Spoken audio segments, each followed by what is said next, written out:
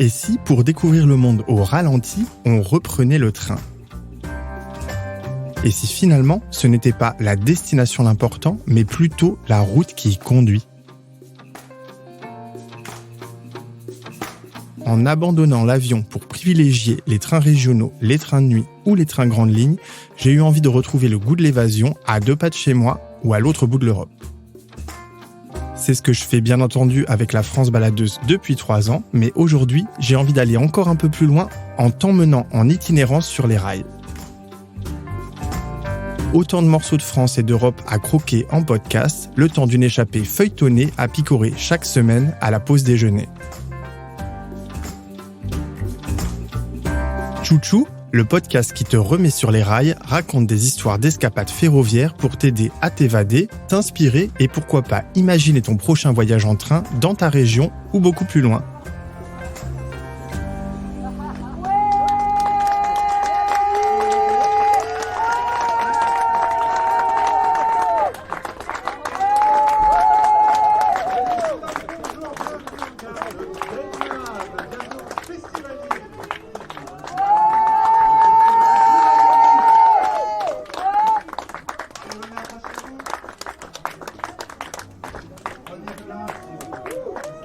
Aujourd'hui, je t'emmène à Belle-Nave, à la découverte d'une petite ligne de TER qui relie Gannat à Montluçon.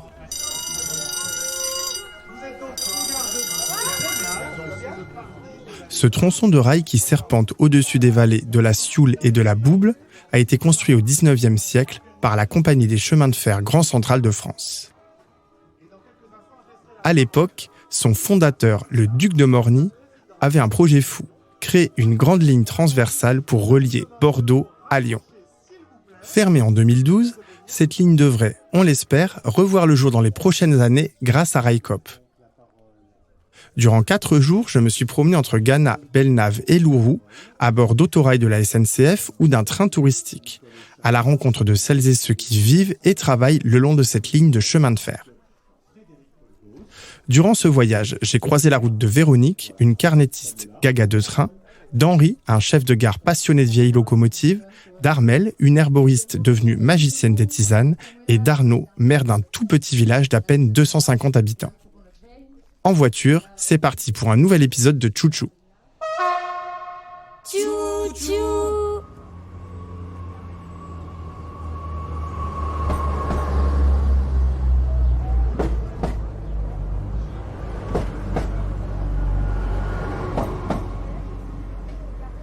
Nous sommes à Belle-Nave, à la fin du printemps, et ce matin, une belle bande de passionnés de train venus de toute la France s'est donné rendez-vous en gare pour 3 jours de festivités placés sous le signe du rail. Eh bien, hier, nous avons passé une journée ensemble avec le train des viaducs. Nous sommes partis de Clermont-Ferrand et nous sommes rendus dans un premier temps jusqu'à Belle-Nave. Alors, à une époque, sous l'Empire, l'idée, c'était de développer le chemin de fer. Et le duc de Morny, qui était le directeur de la Compagnie du Grand Central de France, a parié sur une ligne, une grande transversale, qui pourrait relier Lyon à Bordeaux. Et donc, le barreau sur lequel nous nous situons, eh bien, c'est Gannat, Montluçon. Donc cette ligne-là, finalement, n'a pas été finie d'être construite par la Compagnie du Grand Central de France qui a fondu les plombs, tout simplement. Et c'est la Compagnie du Paris-Orléans qui a repris le projet de la ligne et notamment son ingénieur Wilhelm Nördling. Sur la ligne, on a donc 5 viaducs. 2 ont été construits par la société Eiffel, avant que la tour Eiffel soit construite d'ailleurs. Et le dernier, c'est le viaduc de la Perrière, qui lui est un viaduc en maçonnerie, puisqu'il est en courbe. Tous les autres, étant donné qu'ils sont métalliques, sont tout droit. Celui que j'aime bien, c'est le viaduc de la Sioule ou viaduc de Rouzat, tout simplement parce que c'est un viaduc que je connais depuis que je suis tout petit. Et puis le cadre est magnifique, on peut l'observer par la route, par le belvédère qui est juste au-dessus.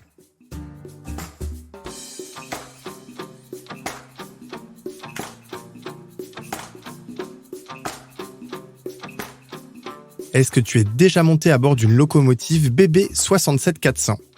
Non ? Alors bouge pas. Henri m'a proposé de faire le voyage avec lui en cabine et ça démarre maintenant.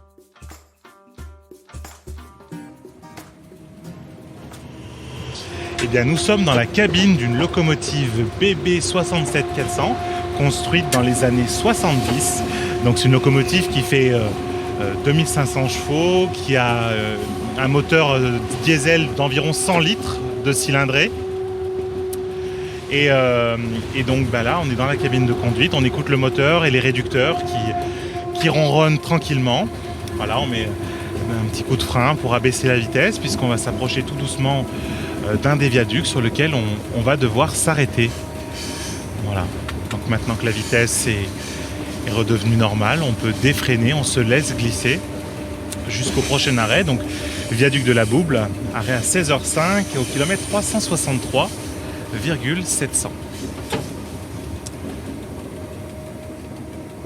Donc c'est une petite ligne qui est principalement utile pour le trafic TER, mais qui, par le passé, va circuler les trains Lyon-Bordeaux, et qui sait, dans le futur, avec Railcoop, on verra de nouveau peut-être ces trains circuler.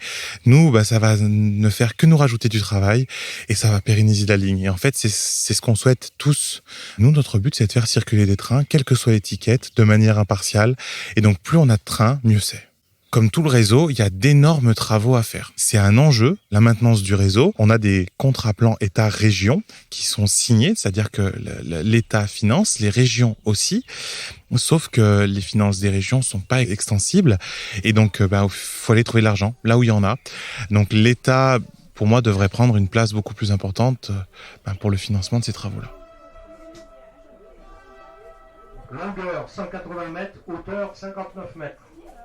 La surface d'élévation qui correspond à la surface entre le tablier et le terrain naturel est de 7500 mètres carrés.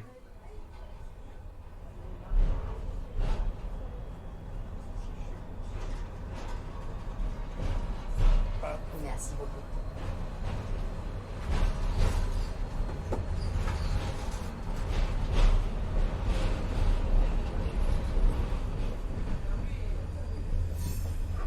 Après avoir emprunté la ligne des viaducs à bord d'un ancien train touristique affrété spécialement par l'association des trains à vapeur d'Auvergne, Henri m'a donné rendez-vous au Champ des Couchettes. Il a profité de ce moment pour me raconter son histoire avec le rail et m'en apprendre un peu plus sur la ligne de TER Gannat-Montluçon. Donc je m'appelle Henri, j'ai 29 ans, je suis belnavois, également cheminot du patrimoine, puisque je m'occupe d'une association qui fait rouler des trains à vocation historique, et également papa d'une petite Agathe et l'heureux mari de Rachel, ma femme. Quand j'étais petit, j'habitais dans le hameau de Dugour, à Belnave, et juste au-dessus de ce hameau, il y a la voie ferrée qui passe. Donc les journées étaient rythmées par les trains qui faisaient la relation Lyon-Bordeaux. Et ça, c'était vraiment tout un symbole. Et puis, quelques fois par an, on voyait passer une locomotive à vapeur qui montait à Montluçon. Et cette locomotive à vapeur, j'ai appris par la suite que c'était une association qui s'en occupait, l'association de la 141-420, basée à Clermont. Et un jour, mes parents, pour nous faire plaisir, nous ont offert un voyage à bord de ce train tracté par la 141-420. C'était en 2006, pour le train du livre. Et c'était la première fois que je prenais le train. Donc c'était vraiment génial. Et finalement, plus tard, j'ai découvert SNCF. Voilà, le poste d'aiguillage de la gare de Gannat. C'était génial.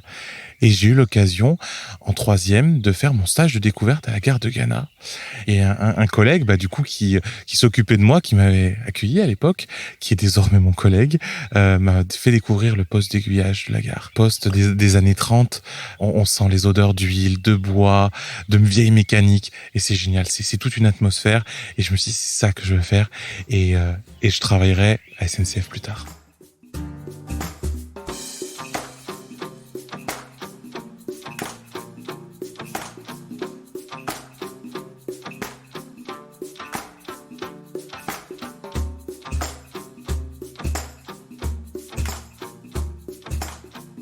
Bon, la première fois que j'ai pris le train, forcément, comme je le disais, avec l'association la 141-420, train à vapeur d'Auvergne maintenant, forcément, oui, là c'était un train tiré par une loco à vapeur, donc c'est une ambiance dans les voitures, c'est une odeur, c'est des escarbilles dans les yeux. Ça, c'était la première chose. Moi, je considère que quand on prend le train, c'est pas se déplacer, c'est voyager. Là, il y a une différence très très importante. Quand on se rend comme je l'ai fait avec ma femme et ma fille en 2021 à Berlin, eh bien on a pris le train parce que c'était beaucoup plus pratique. Et en fait, l'ensemble du trajet c'était magique. On a découvert des paysages, on a traversé des gares, des localités. Enfin, on se rendrait pas compte de ça quand on est en voiture, puisque on trace sur des autoroutes, et puis il faut faire attention en permanence, on est fatigué, alors que le train c'est génial. Et puis voilà. En fait, j'aime ça. Il n'y a pas vraiment de raison, hormis que c'est un super moyen de transport. Donc mon engagement associatif, déjà je vais expliquer d'où il me vient, puisque tout début de ma carrière, j'ai fait quelques mois en gare de Saint-Quaise, et puis à Saint-Quaise, j'avais su qu'il y avait une locomotive à vapeur qui allait passer, celle que je voyais continuellement quand j'étais plus jeune. J'ai découvert le patrimoine ferroviaire qu'on avait et toutes les possibilités de l'exploiter et de faire quelque chose de bien, avec derrière un souhait de m'engager encore un petit peu plus. Donc je suis rentré au bureau de l'association. On retape du matériel, on le met en circulation. On est un peu atypique, des fois on est pris pour des fous, mais c'est pas grave. On a un but et on le mène à bien. C'est donc encore une fois de mettre en valeur le patrimoine, mais aussi et surtout, je dirais, de valoriser les territoires. Voilà, on le fait à travers de trains comme les trains touristiques des Gorges de l'Allier, mais on a montré que hier, le train des viaducs, c'était une réelle réussite, qu'on a réussi en 15 jours à mobiliser 200 personnes pour venir prendre le train. Des gens qui sont ressortis heureux. Sous la forme qu'on a proposée hier, c'est la première fois. Voilà, donc avec du commentaire par l'association des viaducs, avec des arrêts pour prise de photos. C'était inédit. Mon association est propriétaire désormais d'une locomotive à vapeur, la 141 420, d'où le nom de l'association. Et donc cette locomotive, on estime un budget de 300 000 € pour la remettre en état de marche. L'objectif, c'est de la remettre en état pour 2026. C'est un objectif ambitieux et on aura besoin de tous les mécènes possibles. Ce n'est pas tout ça, Henri, mais je dois continuer mon voyage dans l'Allier, moi. Nous allons continuer à explorer la ligne de chemin de fer Gannat-Montluçon avec Véronique Bénet. Cette carnettiste a passé la semaine à croquer les viaducs de la ligne et je suis curieux de découvrir son travail. Cet épisode a été imaginé et réalisé en collaboration avec l'association Once Upon a Train. Le podcast a été enregistré pendant le festival Ruraillez-vous qui a eu lieu au Champ des Couchettes en juin dernier. Merci à Anna, Samuela et Margot pour leur accueil et leur bienveillance.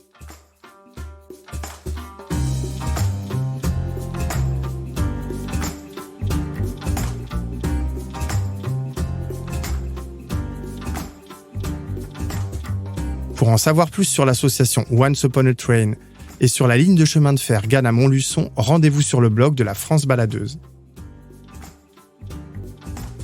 Chouchou est un podcast imaginé et réalisé par Paul Angèle, créateur de la France Baladeuse. Il est mixé par Bastien Nicolaï au Studio Podcast Montpellier. Si tu as aimé cet épisode, n'hésite pas à en parler autour de toi et à partager l'info sur les réseaux sociaux. Tu peux aussi ajouter des étoiles et un commentaire sur ta plateforme d'écoute favorite. Merci à toi et à très vite pour un nouveau voyage.